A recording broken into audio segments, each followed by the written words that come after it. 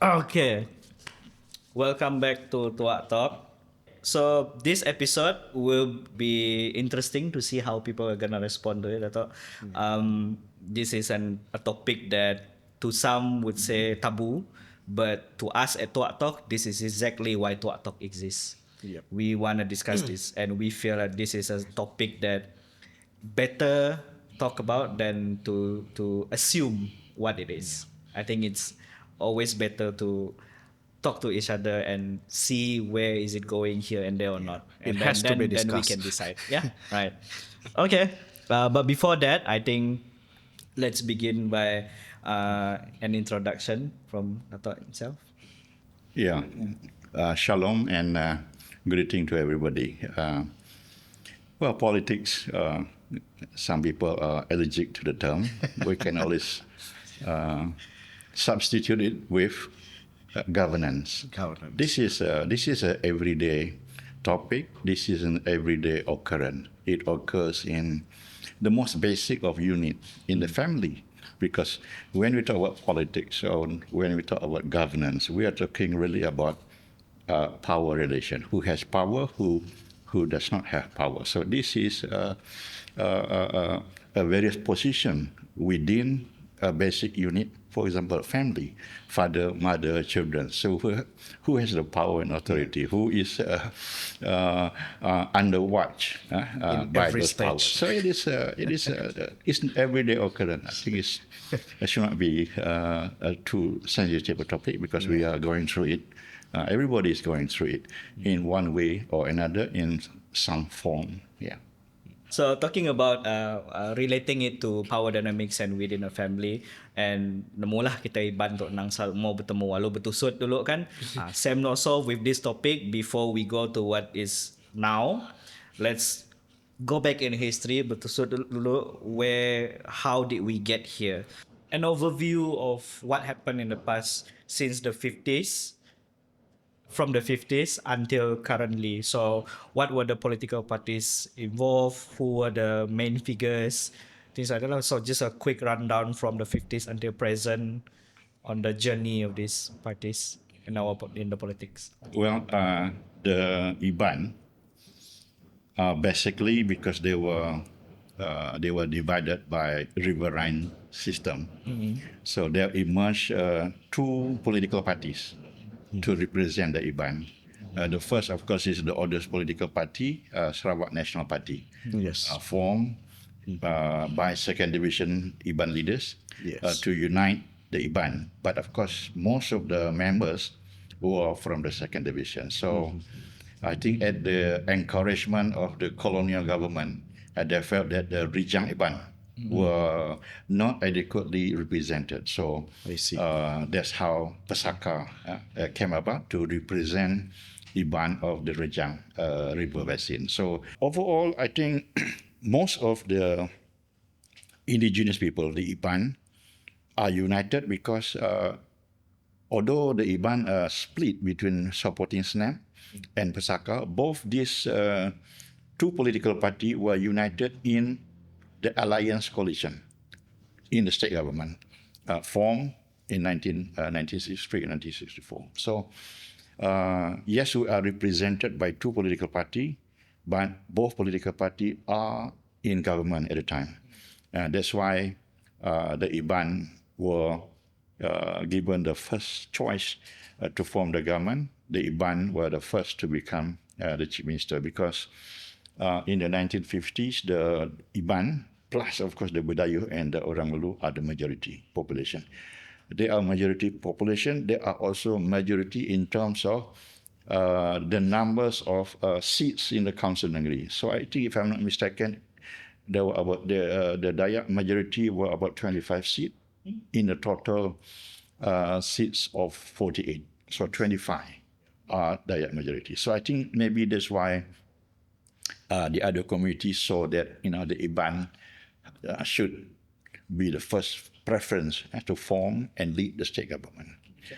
So that was the early 60s. Yeah, but sadly, Kalau Ningkan's leadership was undermined he fell due to reason which is already well written. He wants to open up land to the non-native. So this invited very strong opposition from indigenous people, from Malaya, because they didn't think it was a good policy to open up land to former immigrant, read Chinese land. So that was the issue that brought down Kalau Ningkan in 1966. He was replaced by Taoist Lee, Penghulu Taoist Lee. But of course, after 1969 election, the Iban were what they call outplayed, outsmart by the Malay Melanau. I mean, that's the only way I could describe it, because, well, that is the political game. You have the number majority, you can form the government. So the Malay Melanau in the party Bumi Putra, which is a combination of Panas and also Berjasa, they had a sizable number won in 1969, and they approached SUPP, Sarawak United People's Party, to help them form the government at the exclusion of the Iban. So the Iban, Budayu, orang Ulu are out in the cold.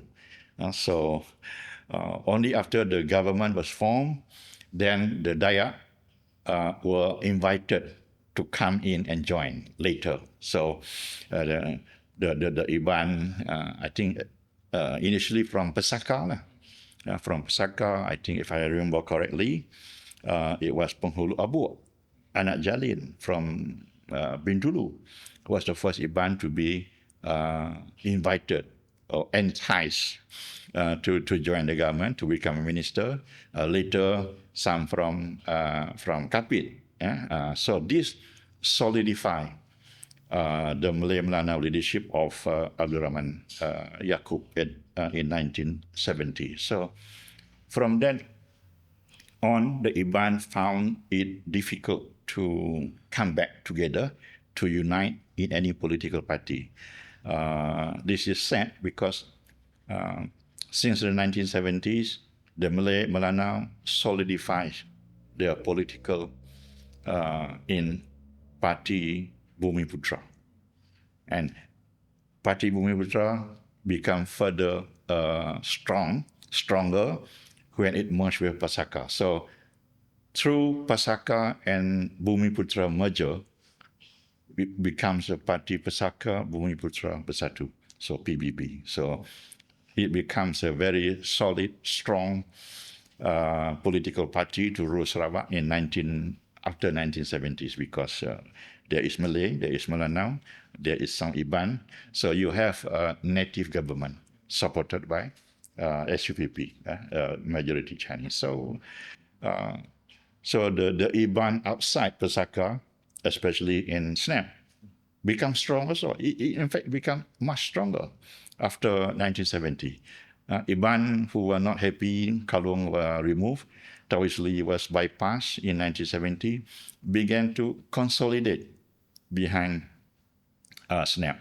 So SNAP became very strong in the late 1970, of course, until political game that came in the early 1980s when Parti Bangsa Dayak Sarawak was formed, supposedly to unify Dayak. But it wasn't to unify. PBDS came about because there were trouble in SNAP. SNAP, by the early 1980s, was led by a Chinese, James Wong. So some educated Dayak, like Leo Mongi, Daniel Tajim, Dunster, and Dawi, were not too happy. I mean, why would a party supported by the Dayak, the Ibans, be led by a Chinese? Is there not Iban who are educated? So, because of that, Mongi and his gang left to form Parti Bangsa Dayak Sarawak. So, it got a good reception because in the election 1987, they won a huge majority. And so they have the support majority support of the Dayak, Badayu, Orang Ulu, and especially the Iban. So it is a small number that is supporting PBB through Pesaka. So that of course pose a problem for PBB, pose a problem for the Malay Melanau leadership. I mean, how else do we see it other than PBDS posing a challenge to the leadership of PBB? So as the stories goes by, of course, people will attempt to undermine it because it's strong, because it poses a danger to you. The number that was supporting SNAP, there were number that was supporting PBDS were oscillating between splinter parties. After PBDS, you were well aware that PRS came up, Parti Rakyat Sarawak. PDP, Parti Democratic Progressive, also came under Tan Sri William Maman, PRS under Tan Sri James Jimot Masing, because everybody wants to be the boss. Yeah, so that was the issue. Everybody wants to become the boss, so cannot compromise. Yeah? They cannot compromise like Melanau, which have a very good political attitude. Okay, I'll let you become. Then next round you step down, I come up. So they have a good arrangement. But Dayak cannot. Dayak, I won, and that's it. There's no backing up. So sama-sama kuat, sama-sama big-headed, strong-headed. So clash lead to the split, which is happening before. I'm inclined to think that that is not the end of it, because Dayak are everywhere, not just in PBB, PRS, PDP, SVP. They are everywhere. Yeah. Pretty much everywhere. Okay. It's very good overview. Now I also get a much better overview of what happened in the last, because I'm born 1993, so all of this happened way before I was born also. I don't know what happened, but and I don't think we learned much Not about this in much. school. The So that's only nice. thing that we studied was more of what is the connection with independence, which is not really what we are talking about right now. So I think it's clear from Prof that it's more of like, in your opinion, it's more of power struggle than actually forming a party because they really believe in what they are doing. It's more of a power struggle. I can see that from your observation. Yes. Yes. So moving on to the next question, who do you think are the political actors and parties that actually shape the Iban political direction at every stage? Like, what role did they play? What happened because of them? This party, what happened because of this party? What do you think are the highlights? Well, early on, we cannot deny the role of Temenggung juga. I think he is, I dare say, he was an Iban leader. So I think after Juga, we don't have Iban leader. We have many Iban politicians, yes. But because I say Juga is an Iban leader, because he is respected by Iban across all riverine divisions. So and there's only one Temenggung. That is a very important factor, in your opinion, to be respected. Is very important. Yes, respected, because you are not respected because you are a minister. You are respected because you are Juga. People respect Juga because Juga has done something. He has achieved something. He is to be emulated. So he is an example that Iban should be when they want to be a leader. So that was Juga. When we come into independent, then we have emerged also a new leader, post-independent, Stephen Kalong Ningkan. He gave a lot of aspiration. Anyone? None tu boleh dapat.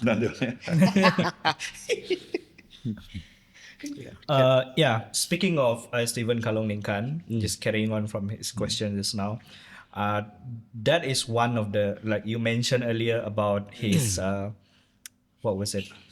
I'm struggling to find the right term. Removal, dismissal. No, might not be politically correct, but basically his career ended as a chief minister. I feel like that is a very specific historical event that decisively altered the trajectory of the Iban political influence. So, would you like to expand on that? And is there any other political decision that has the same impact that decisively altered the trajectory of our history?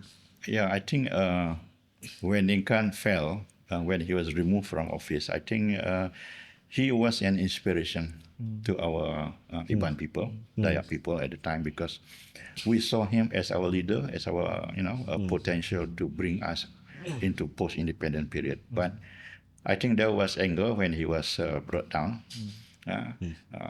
He was a leader, Iban leader, Dayak leader. He was a leader because we are the majority population in Sarawak. But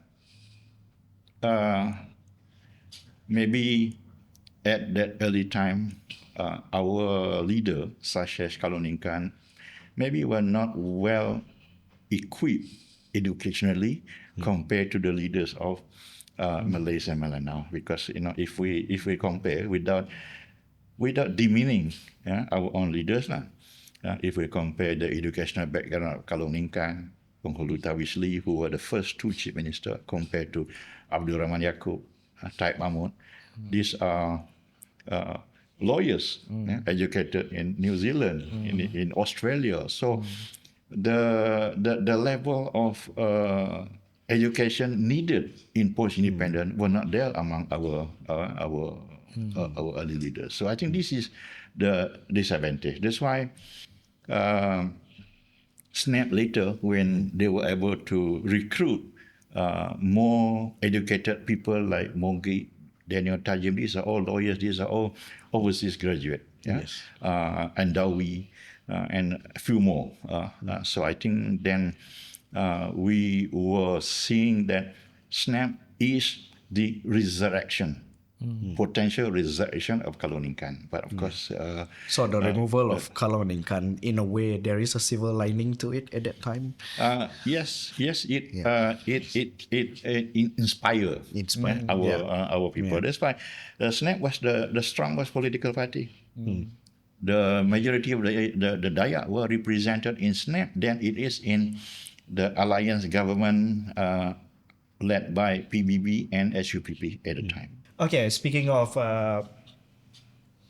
how Stephen Ningkan was removed from his position of chief minister, and I feel it's important for our viewers to know exactly what happened, because we still talk to some of our friends and the younger generation, they don't even know this happened. So would I thought like to explain what exactly happened in terms of the political maneuvers that were done to him? Yes, when Ningkan was removed, he was removed by members of the Council Negeri who wanted him removed, but they decided that outside the Dewan Undangan Negeri, meaning when you remove a chief minister, you must take a vote inside the Dewan Undangan Negeri. That's the only right, legitimate way to remove a chief minister, through a vote of no confidence. But that vote of no confidence was taken outside the sitting of the Dewan Undangan Negeri. Anyway, he was removed.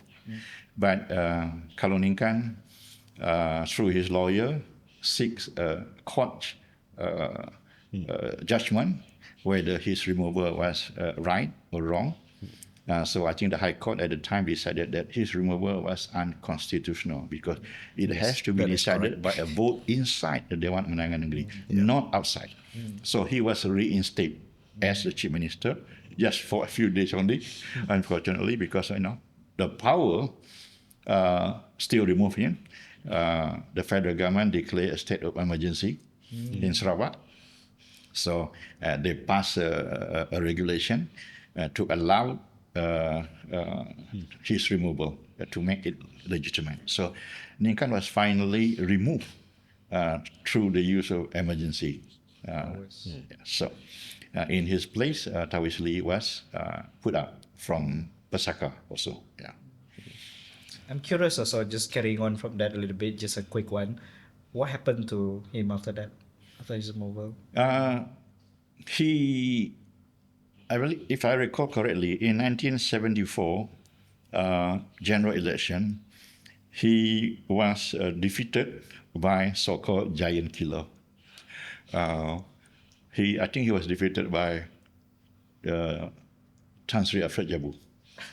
So I think Tan Sri Alfred Jabu was dubbed at the time a very young agriculture officer who was put up from PBB to go against him, who stood as SNAP president. So he was defeated.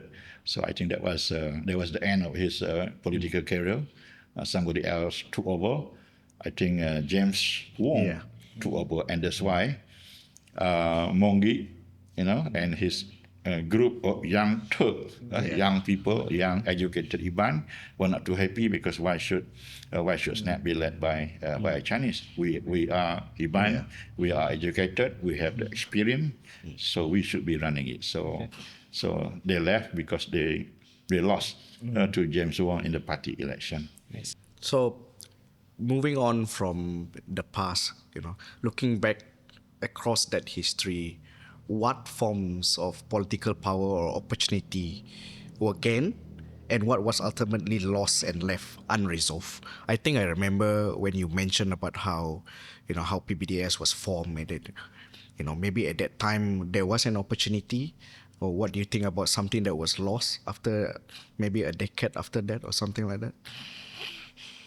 Our disadvantage is that our Dayak, our Iban politicians do not have the resolve, do not have the stamina to fight for the rights of their community. After election, the first thing they think about is joining government because they want to become minister, deputy ministers, and all that kind of things. You don't have to be a minister to do something for your community. You can be just an ordinary members of the state legislative assembly to ensure that policies are good, policies are inclusive, to ensure that the program carried out by the government benefit everybody. You see, Carry on. we have been taught a number of things wrongly by our leaders, by our Iban leaders. One of the things that I keep on hearing is that the concept anang ngelawan perintah. I think this is one of the injustice of the Iban politician telling the Iban people anang ngelawan perintah. What are you talking about anang ngelawan perintah? We are the government. I am the government. Government is in my finger. When I vote, that is government. So we shouldn't be doing that injustice to our people. We are voting for a government. We are voting for a representative to represent us, and they will collectively decide who is going to be the chief minister, who is going to be this minister, which political party is going to merge with each other to form a government. So that happened because we are not destroying anybody. We are not removing anybody. We are not wanting to make a person downfall a person. So no, we are electing a new government, a new representative. I mean, otherwise, if you say the anang labang perintah, then why do we need an election? We don't need an election. Let them, run forever. But anang labang perintah is anang laban yang di Pertuan Agong. Yang di Pertuan Agong is a government. Yeah. Governor is a government. The premier, the deputy premier, the minister, they are not the government. They are merely running the government. So I think that concept we have to need to understand that we cannot simply accept this old cliche that is memang to begin with is not relevant, is not logic to accept. Yeah. This year we have the election coming soon. We don't know when yet. It's not announced yet, but we know it's this year lah. So, looking at the election, Dato', in your view, what issues will parties actually use to court the Dayak voters in the next election? We've seen throughout history where every election, there's always that one topic or that one issue that the politicians or not politician lah, the candidate will use to, okay, we must do this, I will do this for you, I will do this, kind of the key topic lah, key issue that they will present. But for the coming election in 2026 for Sarawak, what do you think will be the issue? What do you think will be the topic?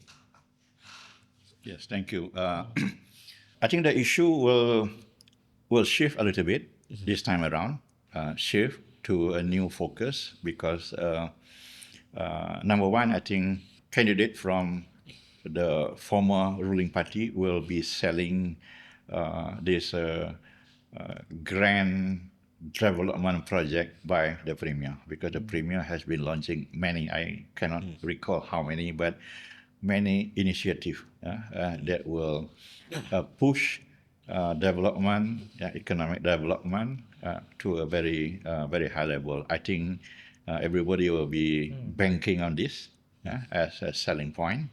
That's number one.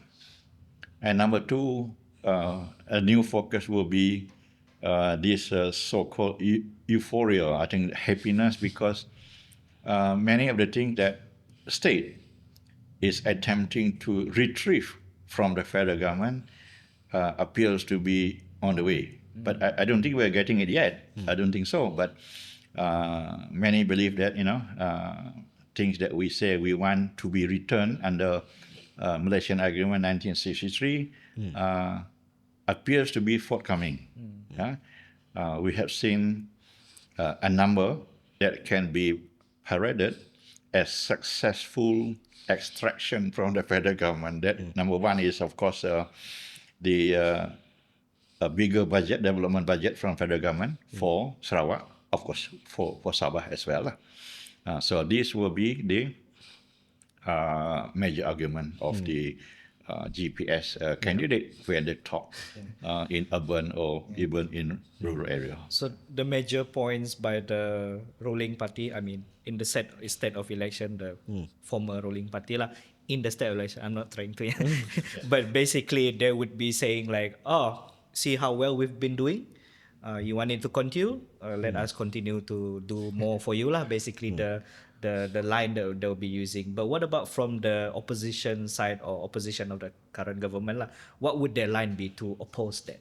The opposition will be saying that there will still be gap that have not yet been fully addressed by the government. I think the opposition will be banking on the fact that the government is not yet 100% successful in carrying out basic infrastructure into many rural areas. So I think some rural areas do not have 24/7 electricity. Some still relies on generator. Some long houses in remote areas still rely on gravity-fed clean water. So, but of course, government will be claiming that the percentage is small. But I think small or big, this is an issue that should be equally and vigorously addressed by the government. Yes, you can address a big project to generate income, to generate employment, but you must not forget the little people in the far flung of Sarawak that are waiting for this basic facility that we take for granted in Kuching. I see. Well,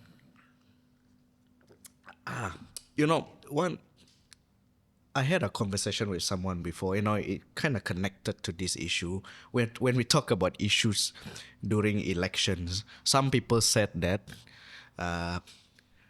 issues is one thing, we talk about politics is one thing, berjakut ke politik aja, okay, berjakut ke issue. That's what we Ibans sometimes say. So, looking at what Datuk have just said, what do you think actually? Are we talking about issues? Are we talking about politics? Or actually everything is just politics? The way that things are right now. That's a very heavy question.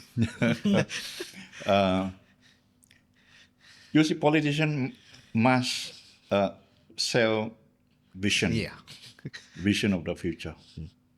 So I do not place much currency on people who say, I promise to build you roads. I promise to give you electricity if I'm elected, if I'm to become the minister and all that. I think this is the basic function of Yeah. government, basic function of ministers. Yes. I think this one cannot be a selling point to get the people to vote for you. Those are not the issues. Not the issue. So the issue is, what will be the future of your children if I am elected? Yeah. So that should be the thing that I should be fighting for you, for your children, the future of your children and their children's children. So what the previous thing was like, that's actually the jakuk politik. But what you are saying, looking at the future, those are the actual issues plus politics. Am I Yeah. saying it right? Yes, because life is hard among our rural people who don't have any income. So if somebody comes and give them 1 ton of plank to repair their long houses, that make them so grateful. So we can't blame them, but I think politics has to be more about the future. How do we involve their children to ensure that their children get their education? Because now, for example, the government says that all Sarawakian will get free education if they go to state-owned university. So how will the children of these long house folk in the deep interior of Kapit, the deep interior of Long Lama, or Baram, or the deep interior, how will they benefit from this? I think these are the things that should be of concern, not sending tung biru, to collect rainwater. I think that is what our politician, our Dayak politician, have been priding themselves in, their ability to send menial things, small things. In your opinion, Dato', the voters shouldn't be on their feet. Thank you, appreciate you so much for doing the bare minimum to the what the politicians are selling lah. But talking about that is the selling part of election. Now let's talk about the buying part. I want to talk about historically, how have Dayak voters been making the decision?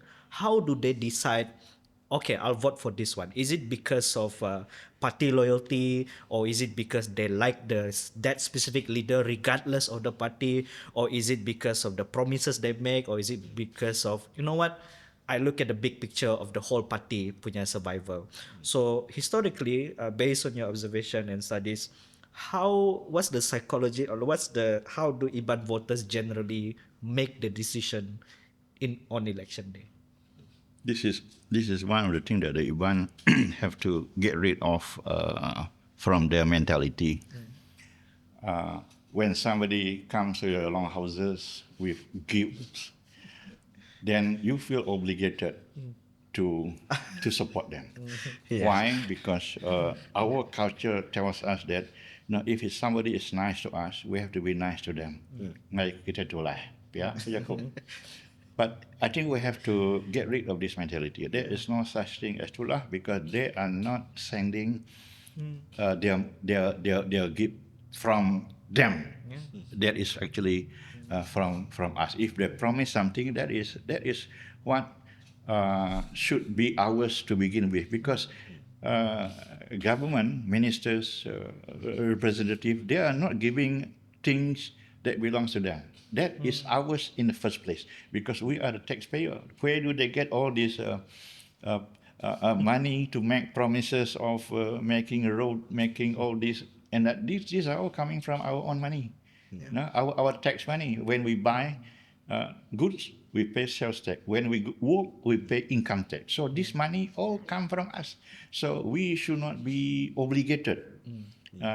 And sadly, our Dayak politician has also been not telling us the full truth about all these things.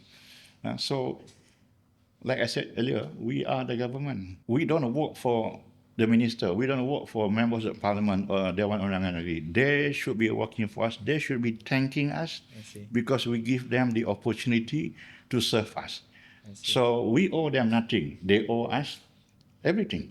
And I think this mentality has to be injected into our new young people. And I think whether this new reality will make them vote according to how they feel they should vote, I think that is another issue because their parents and their grandparents are still under the influence of this old school. Yang laban perintah, mesti ngundi perintah, laban perintah, merik pemansang, merik penghidup. No, that is the obligation of the government. That's the functions of government. We owe them nothing. Government owe us everything. So you think it's still very much a strong factor, or why we vote? It's still very much on what is the party, or who is the person? Is it more on that? For now, party plays a very important position because so and so is a party member of this party. So if the candidate comes from that party, whether he likes it or not, the strong chances is that he's going to vote for his candidate from his political parties without assessing whether that person is suited or not to the role that the person should be exercising later on. So you're saying that voters tend to go for the party loyalty instead of the merits of the candidate himself or herself. For many elections, for the Dayak people, that has been the case. But we are seeing changes among the Chinese, among the Malays, especially in the Semenanjung, because if the argument is logical, Anang laban perintah, why did UMNO fail? UMNO was the government, UMNO failed. Perikatan Nasional Bersatu was the government. It fall also. So that concept should be disproven. There is no such thing as party perintah. I see. Sometimes I see expanding upon that, this very interesting topic, the psychology of Dayak voters. Sometimes you even see some longhouses, they even refuse to even be visited by the other candidate. And this is not what I think. As a voter, you're supposed to be able to listen to both candidates, see what they offer, see what they promise, meet them. You can meet them both. That doesn't mean you necessarily need to vote for them. I think in some longhouse that my observation, strategic ones would be like, okay, come here, and then next week datang the other candidate, both give them money, you get both money, you can still make your choice also. There's no obligation for you. That like Datuk said, that feeling of obligation after having entertained the candidate coming to the longhouse is something that we should stop, sever, and something that we should realize that they're trying to sell. We don't have to buy. Sad.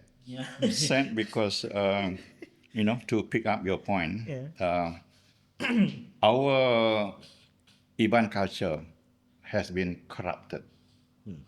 I think that's that's my conclusion. Our Iban culture has been corrupted because in my opinion, we have a very strong foundation of good culture, good leadership. A Tuai Rumah, we elect the Tuai Rumah, the Longhouse folk, and nobody else has any business dealing with the election of the Tuai Rumah.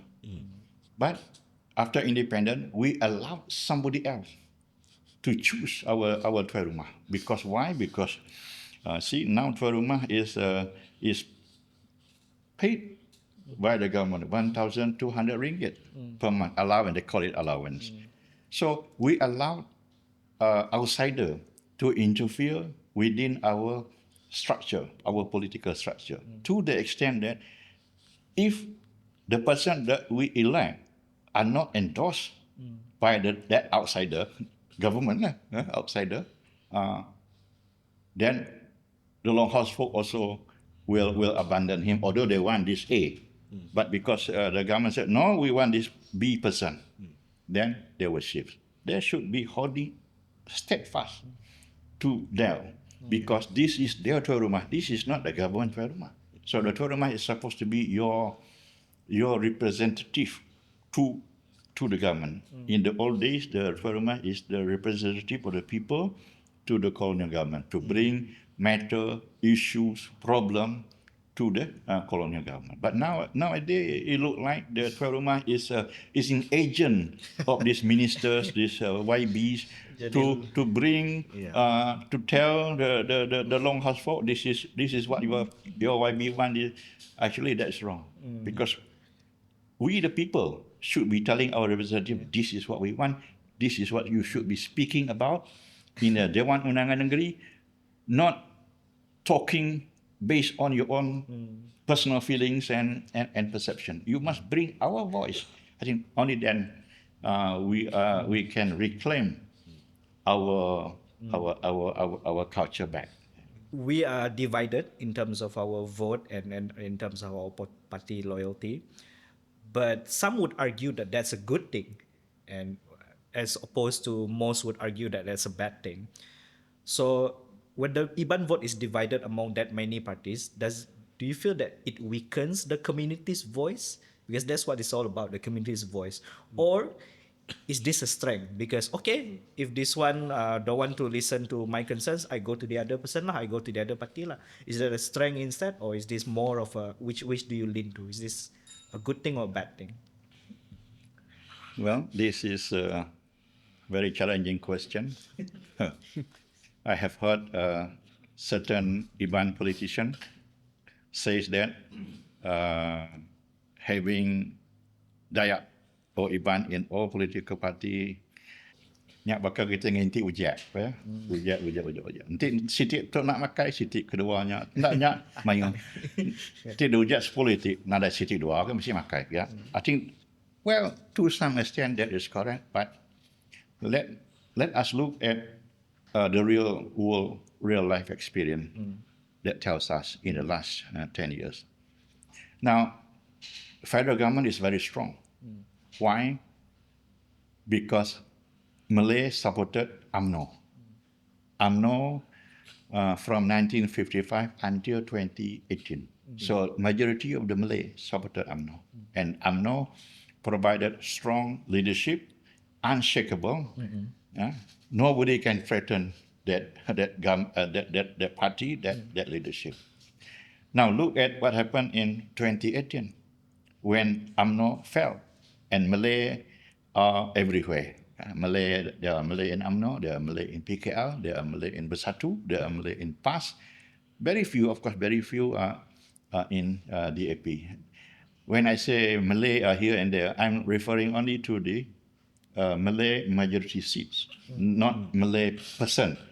Of course, there are a lot of Malay person in DAP, but I'm referring to the Malay majority seat. So it has shown clearly that this division leads to weaknesses.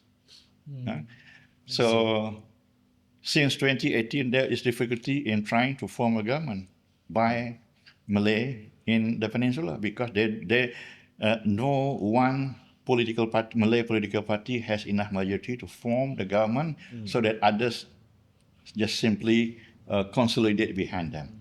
So they have to argue who should be given the first opportunity and whatnot. So if I were to use that in answering your question back to our situation in Sarawak, it's basically this area, no particular political party, whether the Dayak in PBB or in Pesaka or in PRS, PDP, and remotely SUPP can speak with firm voice for the Dayak people, because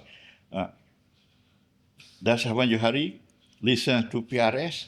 Well, he couldn't listen to PRS, but does PRS President John Siki represent the IBAN? No, not really. He represents some IBAN, but there are IBAN in HVP, PDP, and also PBB. So why should Abang Johari pay total attention to John Siki? And neither would he be paying attention to Pusaka, because Pusaka only also represent a small section of the IBAN. But he has to listen to SIM, because SIM represent I think about 70% or 80% of the Chinese seats. The AP only has 2 or 3 seats in the Dewan Undangan Negeri. So this effect because see our Malay brothers and Melanau brothers, they speak with one voice. Who speak for them? Abang Johari. Who speak for the Dayak? Well, maybe Ugah speak for the Dayak. Or within PBB, there is another Stephen Rundi, and there is also Datuk Sri Alex. So, if I'm in the position of Abang Johari, I would be hard pressed to listen. Whom should I be listening to when it comes to the Dayak matter? So that is the issue that poses challenge to who Abang Johari should be listening to when it comes to Dayak people. Okay. So ultimately, us being divided among so many parties is leaning more towards a weakness on our part lah, and in having a stronger voice in effectively in the state legislative assembly being represented. Okay. Yeah. It leans more toward the weakness. Okay. We were talking about what the politicians were selling during election. Let's put aside what they're about to sell, might sell, could sell, whatever what they want to sell. Let's look back into the buyers. What should the buyers look for in this election, in this next election? What should they care about? What should they ask for? What are the issues or what are the questions that Dayak voters should be asking from the candidate, challenging the candidate to answer in the coming election for the candidate? Well, especially if the candidate is a returning candidate, he's seeking re-election. I think I would pose a question to him: what have you done that merit my vote? What have you done in the last 5 years that I should send you back to Dewan Undangan Negeri? And what more can you do for me, for my children? My children's education, my children's future, so that my children can have access to scholarship from a yayasan. My children is given fair opportunity when he seeks job with the government bodies. So I think these are basic fundamental questions. I think they should be more sensitive to future issues, and I think returning back to what you have said earlier, Dato', like looking at the future, So when you see a candidate in front of you or a returning candidate in front of you, you have to be very sensitive towards them in terms of what will happen in the future. Like we're not talking about like basic necessities anymore. Those are really issues in the past. It's something that we should not even be talking about, because when you go back to home, like, you don't ask, should I eat or not? Like that's a basic question, but you should be asking, what do I want to achieve in 1 month, in 1 year, in 5 years? So I think that should be asked to our future candidate. Be more sensitive to future issues instead of the same thing. Yes, we should be asking for their record. Correct. For the new candidate, of course, we should be asking for what experience is he going to bring to represent me. If he doesn't have enough education background, then how is he going to sit with the likes of all these Malay Melanau leaders who are well trained, broad experience, and all that? So these are the people that they are going to sit down and negotiate with. So if you don't have experience to negotiate with these people, so how are you going to articulate Dayak interest? Belum lagi the people at the federal government. The federal government, there's even more colorful people with a professional degree, business, successful businessmen, and all that. Talking about representation and continuing from the discussion about the divided voices of Dayak voters in many parties, well, our current MPs, parliament members, only 13.5% of them are women. And in our Sarawak legislative, only 6% are women. And youth representation is below 20%. Most of them are male, native, and over 50 years old. And very limited space for civil society and professional voices because most of them are lawyers and engineers and economists and things like that lah. Yeah, I feel lah. Do these representation gaps, coming back to the theory and the ideals of democracy, the whole point of democracy is to have varied voices and as many different voices heard. So with this lack of representation, is this something that is weaken our democracy, or is this something is just a natural thing that happens, or is this a good, or basically I'm asking, is this a good or bad thing for specifically for Dayak community to have not a very varied representation in the state assembly? Well, I think this one we have, compared to the other committee, our Dayak committee is a little bit slow in acknowledging the importance of our youth, of our women, and the various non-governmental voices to be included in the process of governance. Maybe we have limited seats to go around. Yeah, that's possible it. And because if we compare our Dayak to the Malay Melanau, the Malay Melanau has been treating their women better since the 1960s. I remember the name Ajibah Habul as the first Malay woman to become dual member and also state minister. And since her, there have been many Malay women in government, in politics. Chinese, not too bad also. They have several, but I think basically coming from the EP, and not from SVP, if I'm correct. Dayak only have the first one, only last year, yeah, in the person of this Sri Aman MP. Yeah. Doris Brody. Doris. That's the first one. So her performance will be a benchmark, whether people will look up to women representation. So what she does, what she doesn't do, is going to make a lot of difference. So she has to do well, to assure the male people in PRS and elsewhere where there are Dayak that our women are as good as a man in politics. So I think she has a heavy responsibility to the woman. Yeah. Yeah, but I feel that is also the thought is a bit of a chicken and egg situation where are there not more of them because they were never really given the opportunity and trust to lead, to win, or are they just not there because they're not that good? So, okay, there's this thing that I was discussing with a friend of mine. So I was arguing with her like, how I think we were talking about lowering the voting age to 18.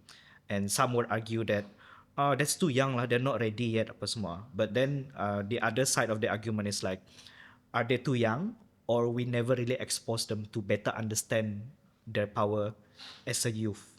So the representation of women, representation of youth and all that, should we, instead of looking at the performance of the pioneers, we should just, let's go ahead and try. Go ahead and try. And then they would learn on the job and then they can lead. Or is this something that you shouldn't learn on the job and look at the past history? If one can do it, then we put 3 more. Or should we, from the beginning, let's just put up 10? Well, that is interesting because we have to train. We have to train them. We need second echelon to take over. one of the main issues that we have been facing, the Dayak have been facing, is that they do not have second echelon to take over. SNAP fell down because of that. PBDS fell down because of that, and they do not have enough young people being prepared to take leadership. So this, who are they preparing? So they should be starting to prepare. Only then you will have a good team, good transition. So when one team go, there is a second one ready to take over. So I think this has been one of the major problem in many of the Dayak-based political parties. Yeah. Well, some would argue that, either they are not preparing or giving chances to the youth to replace them, or the youth, they would say, oh, the youth are not ready. So which are you leaning towards? Mongi was not ready when he was brought in. He was young. He was just an ordinary person returning from overseas with a master's degree. He has no experience, no many year experience. He was given a chance. Jabu was also not a high-ranking agriculture officer, just a junior agriculture officer when he was plucked from Rascom to stand. And so he developed through thick and thin. Giving the exposure. Given the exposure. I So mean- he was learning how to be a YB and a minister I at work. I kind of inclined to agree with Dato'. And that's why when I'm very sensitive towards the representation of youth most of the time, and I realize that it's actually becoming our culture in politics that they don't give a chance to the youth. Let's take it simple. Every time there is a program or pengawak in Rumah Panjai, and then there's some Dayak leaders there and all the, community leaders and everything, it's very rare for you to see them giving a chance to young people to give a speech. That alone is like, it shows something is not right, in my opinion. And I always discuss with our father, actually, like, sometimes you cannot use your understanding of issues to rationalize with our. The problem of employment in the 70s, 80s, it probably is too irrelevant for the young people nowadays, because we feel, the challenge of being unemployed, that is a very difficult challenge to the Different people generation nowadays. struggles. To the point that I believe that the previous generations, they would not understand that. And I think that's what we should encourage in our Iban politics. Let young people talk. I cannot put it more simpler than that actually. Let them talk, let them debate, let them give their opinions, at least give them a chance. You don't come to a longhouse, tabi nanya nadagi lah. I don't want to listen to you. I just want to talk with your tuai rumah. I just want to talk with your pengulu and pemanca. That's it. But you don't talk to the young people. But who are they then? They are also voters. They are also your people. They are also Dayak people like you. They also have issues, but they are not given the chance. So from the youth perspective, I incline to agree on that. And for representation of women, I believe that it's growing actually. It's actually growing. And I really hope that it will keep on growing and growing and growing, that we have more representation from them. Because you cannot deny that there are a lot of women in the Dayak community which are capable. Absolutely. Because in the 1960, 1970, we cannot compare it to now. Because now we have more professional people, women, young people who have a good education, who have some experience. So they must be given. Let them fall down. Then they will rise up stronger.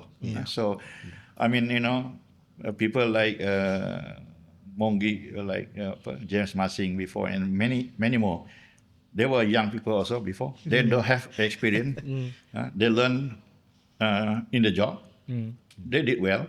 So I think we have to trust our young people. I mean, they are our future anyway.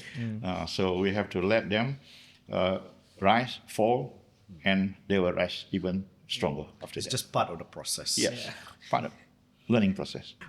Carrying on from youth representation today, let's say you are talking to a bunch of 18-year-old voters who are voting for the first time this coming election. what would you tell them to look for in a good candidate in their area? What should they? How do they determine? Okay, this is the candidate I should vote for as an 18-year-old first-timer voter. Well, you have to know you have to know who you're voting for. You have to know the candidate. You have to know their education, because now we cannot escape. We cannot say that election is whoever can get elected. No, it's not about that. It has to matter that the people who we elect must be educated, because they are dealing with many other people, leaders from other community who are educated. So we need somebody with the same background to be able to sit down, talk at the same level with other people. So they have to be mindful of that. They have to elect a person. It's just like in agriculture, nanti benihnya mana, power mana, pokoknya mana lah.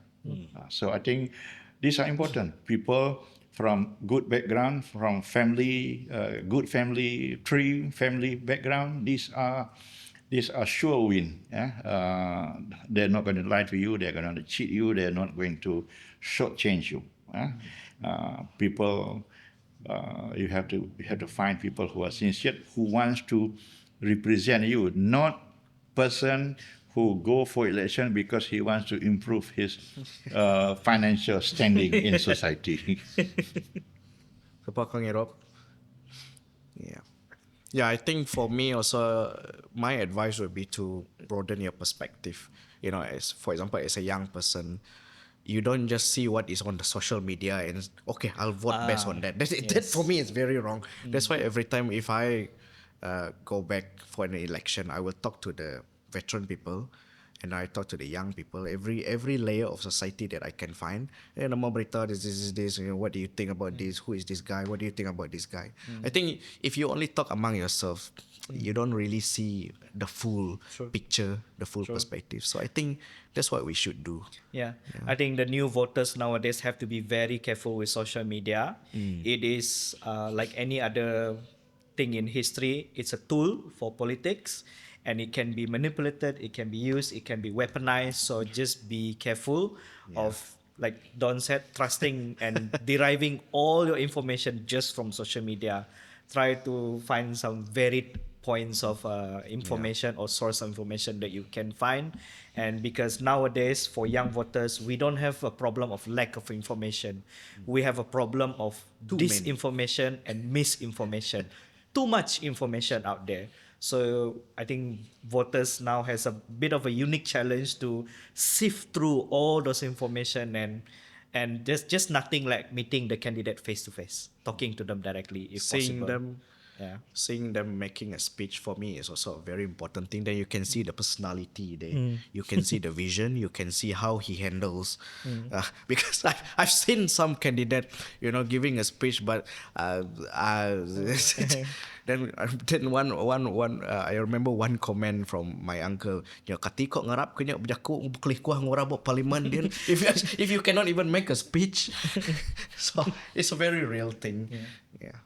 Right. Yeah, the candidate that promise you to do, they want to do this, they want to do that, they have this money to develop your area. I think this is all, to me, it's all quote unquote, for lack of a better term now, nonsense. Why? Because any candidate that wins an election has access to a certain amount of budget to develop his constituency. Whoever wins, it doesn't matter who. So I think, if somebody comes and say, "Oh, I'm going to develop this. I have, I have planned 5 million." Anybody can plan that 5 million, because that 5 million is not for any particular candidate, but for a representative of that area. So we have 81. About to 81 be seat. about to be 99. So if somebody promise you, "Oh, I'm going to do this, I'm going to do that," it is already there. There's nothing to promise. So whoever wins, they should have access to that money to help develop their respective area. So we cannot be conned by that kind of argument. Yeah. Don't buy that. Basically. Okay. Just Okay. So Don, so far, how's the Tuak? It's too nice. I want to cry. Smooth je kan? It's You good. don't feel Yeah. like any hesitation drinking I would it? say, yeah, this one. I would recommend this one. Roselle? Yeah. Yeah. Which Roselle, we have the Calamansi, and before that was the original Tuak lah. And thank you so much to our sponsor Tuak Dayak for sponsoring the Tuak, not the sponsoring the Tuak for this episode. Many sizes. This one I think tinggal hours na tahu langgak na terus lah. This small. It's nice as a gift lah. I would give this out to as gifts lah. And then they have the 500. They have the 1 liter over there. Tuak Dayak Premium. So if you're interested, numbers are here. Contact them. Their social media. Order them. It's really nice. Gawai coming soon. You might want to get your order in before habis stock. Dayak for Dayak.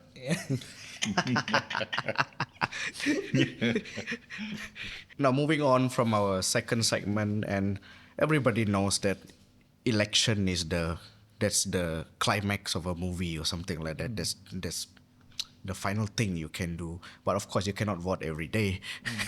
So, Dato', in your opinion, beyond voting during elections, how can ordinary Dayak citizens play a more meaningful role in shaping politics? We vote once in 5 years, but our role as the people with the power does not stop after we vote. So, yes, we voted for one person, and we're going to vote again 5 years later. But our role does not end after we cast our vote.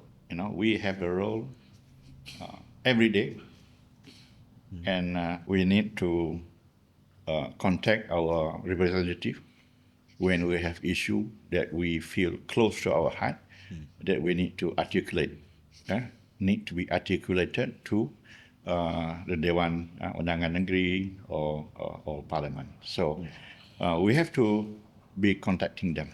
Yeah, we can hold talk seminar just like Tuak talk, and to address issue.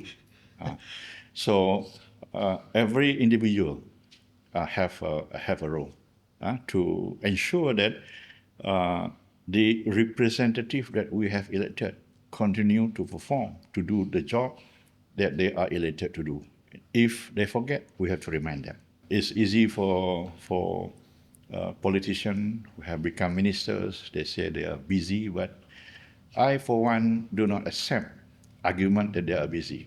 They are working for us. They should be busy, and they must have time for us, the people who put them in power. And if they don't, then I say we take them down. And I think that in Western democracy, people sign petition asking their representatives to sit down because for failure to listen, failure to articulate their interests. So our role doesn't stop there. I think that is our right in a democratic society, but not to demonstrate, not to do things outside the ambit of law. There are legal manner by which we can articulate all this.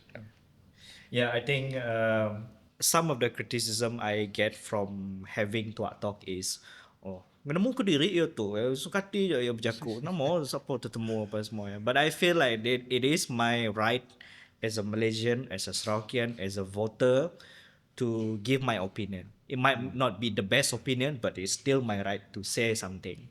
And I think it's worse when you don't say something, because now when we don't talk to each other, when we don't confront each other, have a little argument, as long as it doesn't lead to violence or illegal means, it's confrontation is we shouldn't fear it. We shouldn't shy away from some confrontation, because at the very least, when you argue, you are going towards you. At the very least, you understand what the other side is thinking. So now you also reconsider your own position, you consider other position, and these arguments are not always black and white. And that's when you realize the more you talk about it, the more you learn, the more you understand, and you can come up with better opinions and come up with better ideas. As opposed to not saying anything, and what end up happening is you assume what they think, you assume what they think, you assume what people think of you, and then what happens? You only talk among your echo chambers, and you just hate each other for no reason because you assume they hate you. So don't be scared of saying something. I think that is our right as voters to say something. So in between the votes that you cast every 5 years, speak up, right? That's what you can. Exactly. For me, I look at a very real world example of what I think we should be more aggressive or should be more attentive to. There's this issue in, and I won't say which constituent, but I'm taking an example where usually it's normal when a YB is in an area, there will be someone there in the area to be contacted if you need to contact the YB, that kind of thing. Now, sometimes these people they are the type to choose, you know. They filter. Tok ngai ko ningo, tok kau ko madah ngai WB lagi, that kind of problem. Now this for me is it's a toxic. It destroys our politics, and I think what you as an ordinary Dayak citizen, you should be more sensitive to these people. There will always be this kind of people, but you should be brave. You should be more sensitive. You should be more, give more attention to it and try to tell the YB in your area.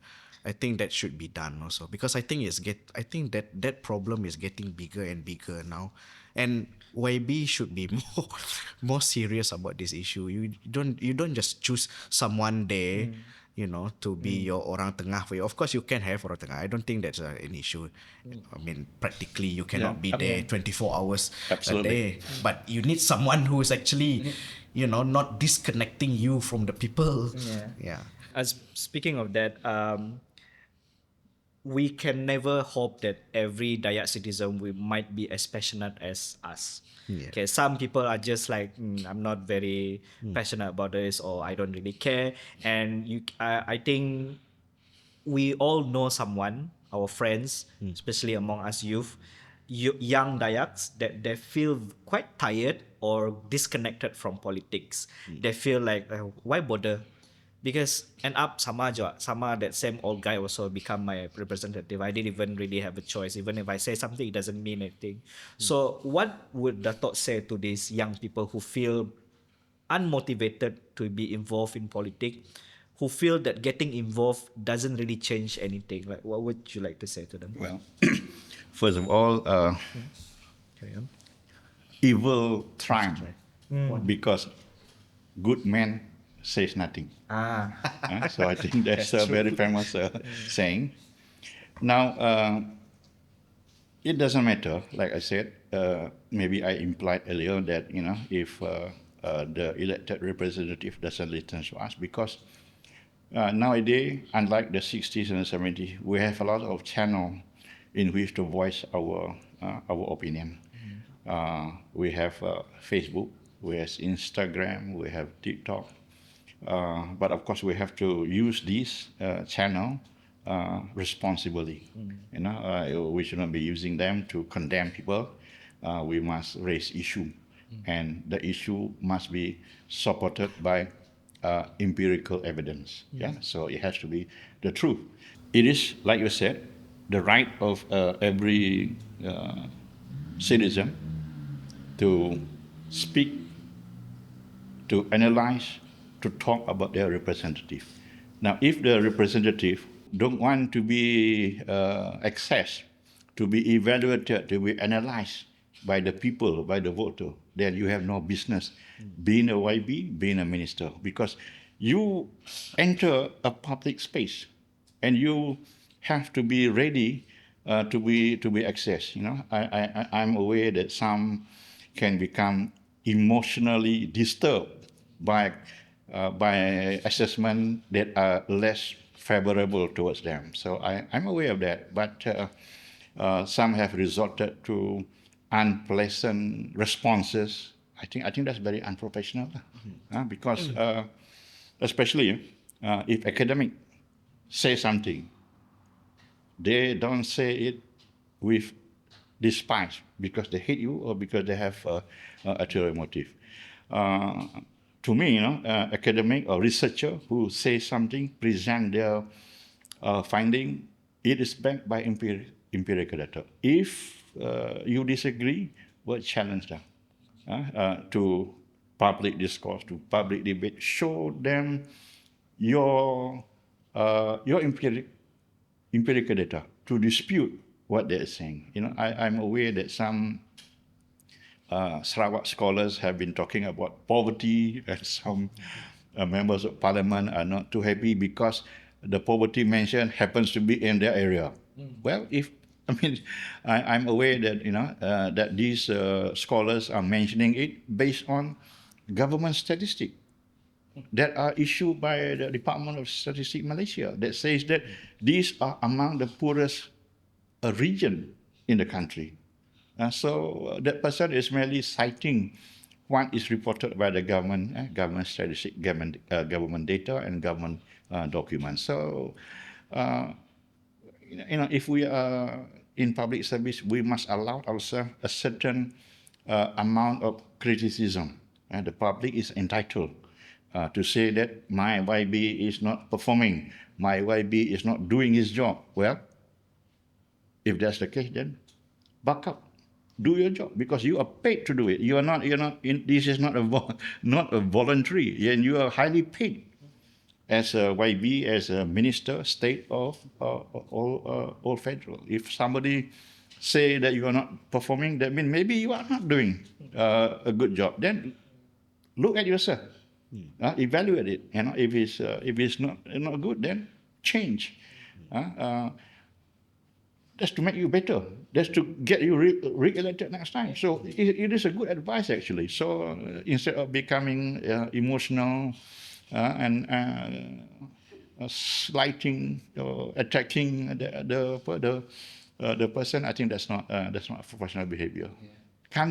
Developed countries, they welcome criticism so that they can improve their performance. Malaya relies on this. Malayan leaders, UMNO, they have many think tanks helping them to develop argument, analysis, to collect data, whether for election, for poverty, for economic, or for social studies. So they are backed by a team of professional researchers. And so it's about time our people, our Dayak representative, adopt the same thing instead of having this old mentality. I know everything. I am a YB. I think that attitude has to change. Yeah, Dato'. For me personally, I don't need my representative to be perfect. I just need my representative to care. That's all. Yes. I think if I'm criticizing the work, I'm not criticizing you. And this, like I said earlier, just because we're having confrontation, doesn't mean I'm inciting violence. I'm just confronting so that we get to the point of what I'm saying and what I'm criticizing. If you're saying that you also have the right to respond to my criticism, and that's like the basis of DUN is, what the assembly is, so that people can talk and talk to each other apa semua. So you find out, and remember the main goal is for the benefit of your constituent at the end of the day. Exactly. Yeah, exactly. So, but talking about all that is from the side of the representative. But why should young voters care? Why should they care about this? Or they should care because they cannot allow others to decide their future. So they must tell this lawmaker, this is what I want for my future, for my children's future. So it is very important. If you retreat because you think that your vote does not matter, your representative does not listen to you, then you admit defeat. Before going to battle, you already admit defeat. So I think that is an attitude that should be changed. One vote matter. Yeah, even one vote matter, because one vote also can decide who wins and who lost. Yeah, so I think For me, we have to change. I always approach these people in a very, very simple way, because sometimes I understand that their problem of not wanting to be there is just their frustration. But I always try to approach them and try to sort of like identify what is the root of their problem that you don't want to get involved. And I always find that the root of the problem is frustration, social media, these two things. That's why sometimes I tell them, politics, like any other things also, it is a journey. You need to see things from the beginning until the end. It's like what you love. For example, if you like marathon, can you do 42 kilometers straight away on your first one? Maybe not. But people will always start, okay lah, I joined 5 kilometers first, then 10 kilometers, then 20, and then the full marathon. There's the same thing in politics also. You have to be patient to a certain extent. Of course, one issue you cannot understand in one day. There are certain issues that you need to see for years, then you can understand. There are certain issues that you need to discuss with people for years, for months, then you understand it. You have to be patient. That is how I always tell them, because like Datuk said, you're already part of the system. You don't do anything, it's not going to change anything. For example, I have a big tummy. If I don't exercise, it won't change anything. But this tummy will always be here. It cannot be there. So you are a part of the you are part of the society. You are already a part of democracy. Might as well do something. You have the power, might as well You use cannot. it. I cannot just complain. Besar na perut ko tu, but you don't do anything. It's the same thing. It's the same analogy. Okay. Speaking of social media, tadi, some people will argue. I think a lot of scholars would say that democracy rests on 4 pillars, which is the executive, the legislature, the judiciary, and the press. So, how would you assess the current state of freedom of press in Malaysia or in Sarawak? Do you feel like the press are given enough space and freedom by the government to do their job, do their part in the democracy? Nowadays, the government do have many regulations, but the social media of nowadays are not as easy as controlling TV and newspaper. So I message you, that's between you and me, and you share my message with him. So it just goes around. So but I think we need not fear this clip by the government, because the government is only restricting what is illegal, what should not be done, and all that. So if we are sharing our feeling, I'm going to vote for this candidate, I think I'm not sure whether that is committing anything wrong. Now, our youth, they have to exercise a new ways of making change. Now, the youth today, they are educated, they are respected by their community. So I think they can form a voice that help the community that has long been trapped in the mentalities of 1960, anang labang perintah, mesti nyukung perintah, and all that. So I think they are the bridge to unlocking all this so-called nonsense that had been perpetuated by our leader. Not anybody else, our leader. Our concept is wrong because of language translation. In the Western society, in the English, it's called ruling party. Ruling party, by right, it should be translated as parti pemerintah, bukan parti kerajaan. Kerajaan doesn't have party. I see. So it's not. But we cannot say parti pemerintah, because parti pemerintah is referring to a republic. Ours is not a republic. Ours is a raja. Raja berperlembagaan. Therefore, parti kerajaan. Dia bukan kerajaan, government. Kerajaan. that rajo thing. So I think this has been wrongly articulated to mean parti kerajaan. Kerajaan has no party. Yang di-Pertuan Agong does not party. Tuanku Zunaidi has no political party. Tuanku Zunaidi accept anybody to become the chief minister, whoever commands the majority in Dewan Undangan Negeri. So it's simple as that. The same thing Yang di-Pertuan Agong. If there is a parti kerajaan, why would UMNO be replaced? UMNO should be returned because it's a parti kerajaan. But That's not how it works. Pakatan Harapan was accepted in 2018. So I think we need our young people to educate their parents because they know better. They have wider experience, education in order to understand that these are all misconception, maybe mistranslation. Maybe it was not intended. It was a direct translation. That means something else that it was originally intended to be. I think going back to freedom of press and everything, for me, I have always seen the press, or as in social media, to be more specific, is sort of like a double-edged sword to a certain extent. It gives you the right to report something, to make the people understand, or to just simply tell any information to the public, but at the same time it can also be manipulated. At the same time, the people can also be manipulated because of social media. So it's double sword-edged sword. But regardless, my opinion is very simple. Of course, you need to have it regardless. So anyway, because nowadays, like Dato is saying, young people are really attached to social media and they have all this information and they have the power at their fingertips to change the mentality, to change the old culture, so to say, the old habits, so to say. So yeah.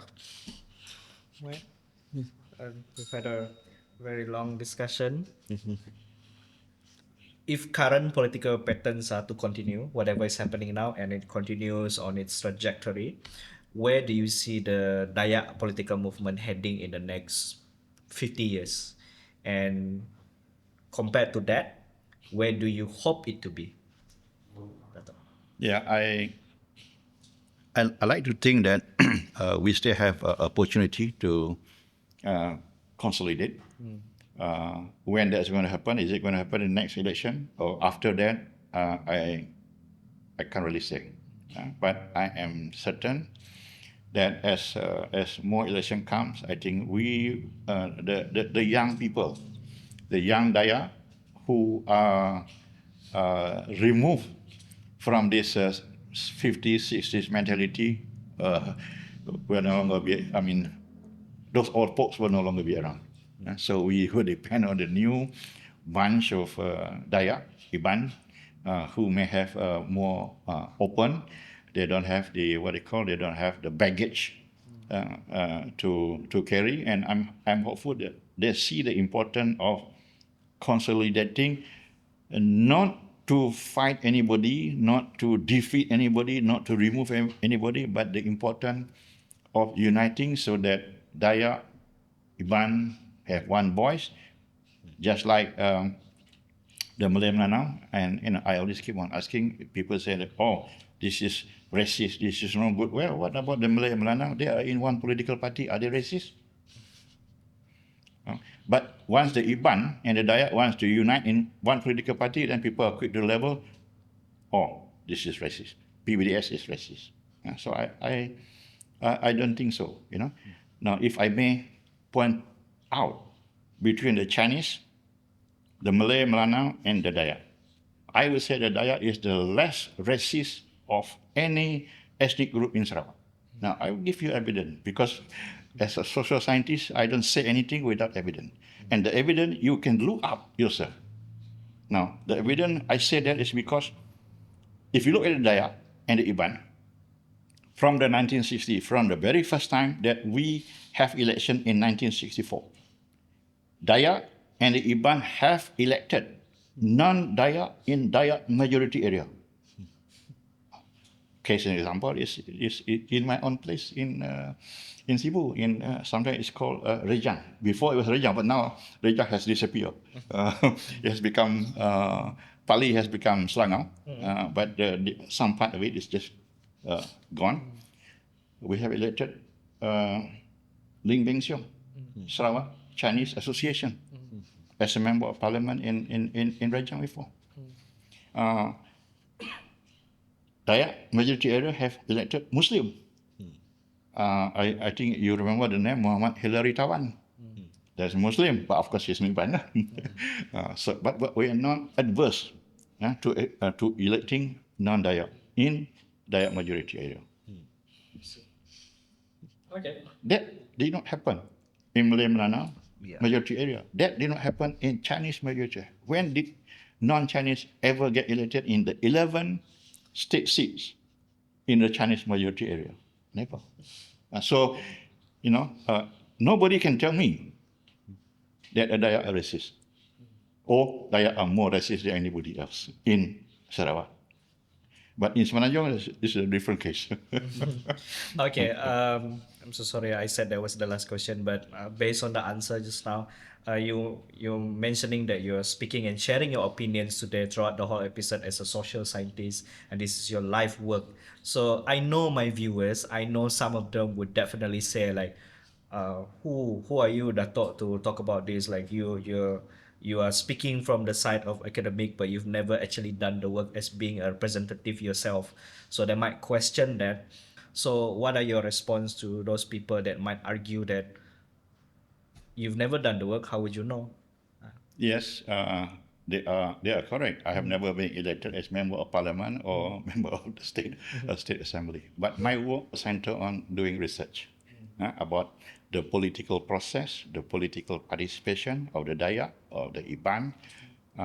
My research focus on relationship between races, between Malay, between Chinese, between Dayak, and all this. And these are evidence-based research. So when I say that statement, as I have said just now, these are backed by research. These are backed by data. And data, some of the data I collect myself. Some of the data are actually government data. So when I talk about election, it is government data. It's not my data. I didn't produce the data. I just plug data. When I say that Iban majority area has voted for non-Iban in Julau, in Pelagus, Chinese got elected. The father, the son. And now the son ran away from Kapit, goes to Julau, he gets elected also. So this shows that the Iban are not racist, despite the fact that people like to label Iban racist when they talk about PBDS, for instance. So my work also involves policy making.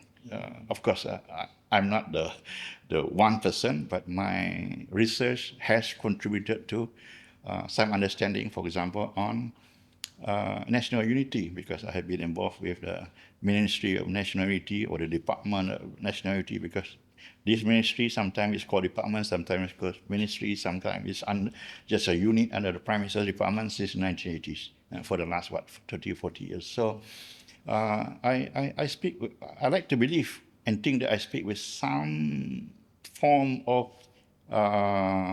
evidence-based statement. I have been involved with many government department, being asked for opinions, and of course, when you ask for your opinion, doesn't mean that your opinion will be taken. Your opinion is, sometimes people just want to to compare diverse opinion before they make the decision that is the best decision concerning a certain issue. So, but I hold no particular resentment when people say that, you are talking, you are doing. Yeah, yes, I am doing that. I have never been elected. I've never stand, and I don't offer myself to stand anyway. So far, there's 99 seats now. So also to those same people that leave that kind of comment and have that kind of mindset also, well, I can turn the same question to you. Why don't you be a representative? Why don't you send your name and be a candidate also? Because that's the beauty of democracy. Anyone can be the candidate, and any one of Malaysia. There's certain rules lah, but anyone can be a member of parliament, member of DUN also. I mean, there's some rules to it lah, but generally you can. It always goes back yeah. to the fallacy. You Yeah. know? If you don't have cancer, so you cannot be an oncologist. You cannot talk about it. Huh? If you've never been a prime minister, you cannot criticize the prime minister. Yeah, it's not really. That's not how I it would works. say it's not.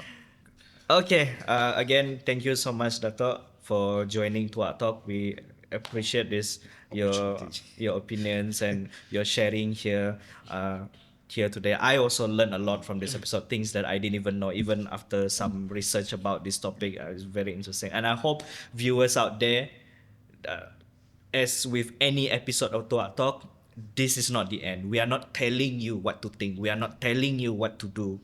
It may appear like that, but Tuak Talk is meant to ignite and spark conversation. So if you disagree, feel free, comment, leave it there. We'll reply, we'll answer it, and I like to have that discussion in the comment section. And that is the route to me. That discussion is the route to better understanding towards the end. As long as you are comment with the intention to learn, not the intention to mengejek.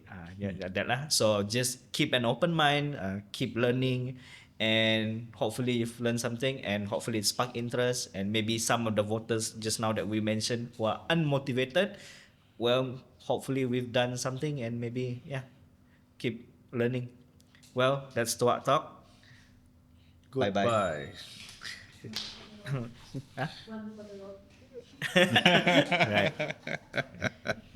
Right.